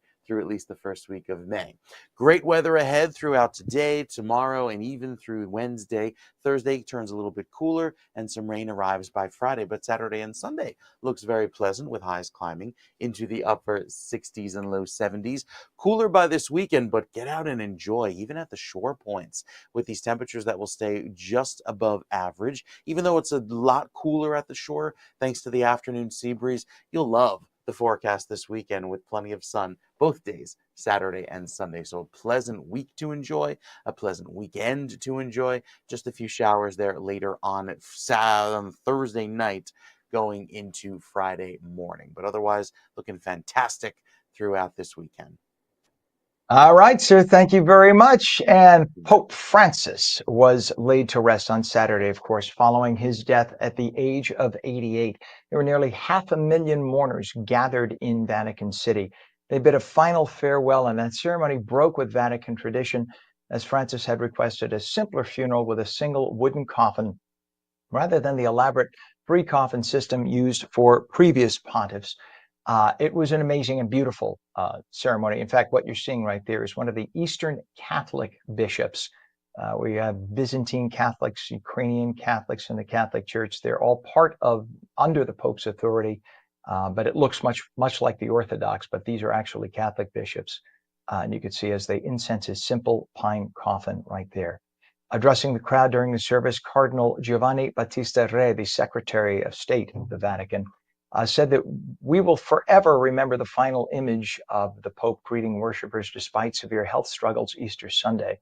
Among the 170 international delegations attending were President Trump, Ukraine's President Volodymyr Zelensky, UK Prime Minister Sir Keir Starmer, France's President Emmanuel Macron, and Prince William. It is 8:55 and police have arrested 11 men whom they say are behind a string of car thefts in New Jersey.